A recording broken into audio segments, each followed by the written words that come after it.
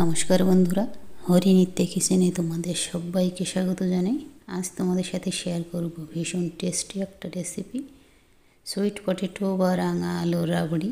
ভীষণ টেস্টি হয় এটা খেতে। যদি তোমরা এটা এখনও পর্যন্ত না বানিয়ে থাকো তাহলে অবশ্যই বাড়িতে এটা ট্রাই করো। তো সবার প্রথমে আমি এখানে নিয়েছি রাঙা আলু বা সুইট পটেটো, দুটো নিয়েছি বড় বড় সাইজের। আর এগুলো আমি কেটে নিয়েছি আর অল্প অল্প খোসা ছাড়িয়ে দিয়েছি। আর এটা বেশিক্ষণ কেটে রেখে দিলে একটু কালো হতে থাকে। আর এবারে অল্প একটু জল দেব, জল দিয়ে এটা সিদ্ধ হতে দেব। তোমরা চাইলে রাঙা আলুগুলো আস্ত প্রেশার কুকারে সিদ্ধ করে নিতে পারো। আমি এখানে ছোট ছোট করে কেটে বাটিতেই সিদ্ধ করতে দিয়েছি। আর এটা সিদ্ধ হতে বেশি টাইম লাগে না, 8-10 মিনিটেই সিদ্ধ হয়ে যায়। তো এখানে আমি আলুগুলো সিদ্ধ করে নিয়েছি আর এগুলো একদম ভালোভাবে সফট হয়ে গেছে। আর তোমরা চাইলে যে অল্প অল্প খোসা আছে এগুলো ফেলে দিতে পারো ছাড়িয়ে, নাহলে এগুলো দুধের উপরে ভেসে থাকে, সেই জন্য একটু ভালো লাগে না দেখতে। তো আলুগুলো আমি ম্যাশ করে নেব সব। তো এখানে আলুগুলো আমি ম্যাশ করে নিয়েছি।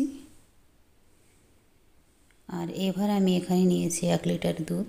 দুধটা আমি 5-7 মিনিট আগে গরম হতে দিয়েছি।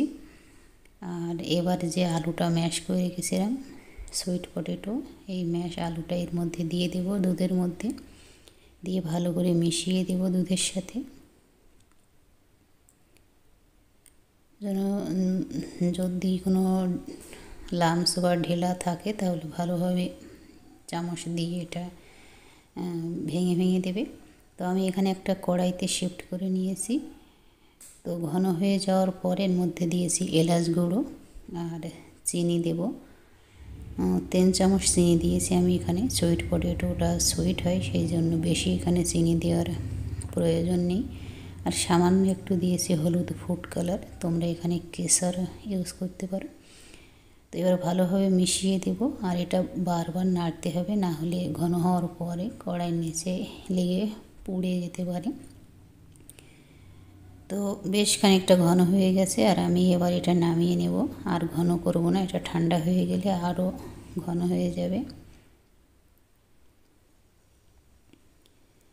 তো আমি এখানে একটা বাটিতে ঢেলে নিয়েছি। এবার উপরে দিয়ে দেব কিছু বাদাম কুচি দিয়ে এটা ভালোভাবে ঠান্ডা হতে দেব। ঠান্ডা হয়ে গেলে ফ্রিজে খানিকক্ষণ রেখে দেব। তো দেখো এটা এখনও ভালোভাবে ঠান্ডা হয়নি, কতটা এটা ঘন দেখাচ্ছে আর ক্রিমি দেখাচ্ছে। তো তোমরা অবশ্যই এটা বাড়িতে ট্রাই করো একবার।